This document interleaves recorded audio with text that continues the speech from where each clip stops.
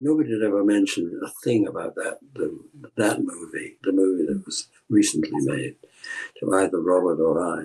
And I had to pull teeth because they kept, now people were calling me up and saying, would I talk on, give an interview about the movie?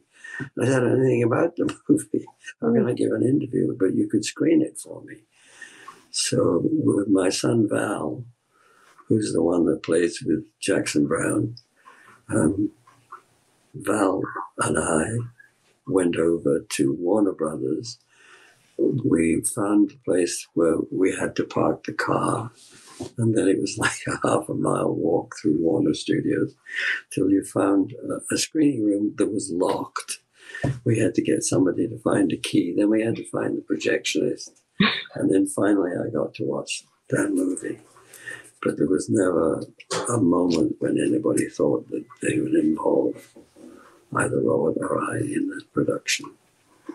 And, there are a couple of wonderful moments in it. But again, it's not in the, it's the Cold War and the Berlin Wall and all sorts of stuff that really didn't relate. And also I thought the character of Ilya was ridiculous, but he did a nice job. He was uptight and crazy and strangling people. I mean, he was vicious, violent. Ilya was nothing like that. I mean,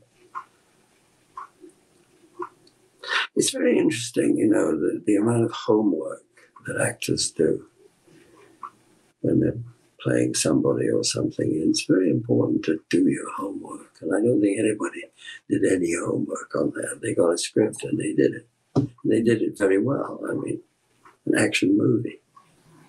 I thought it was great, Would you have been open to making a cameo or something in it if you had been asked? Well, again, you'd read the script and see what there was they wanted you to do.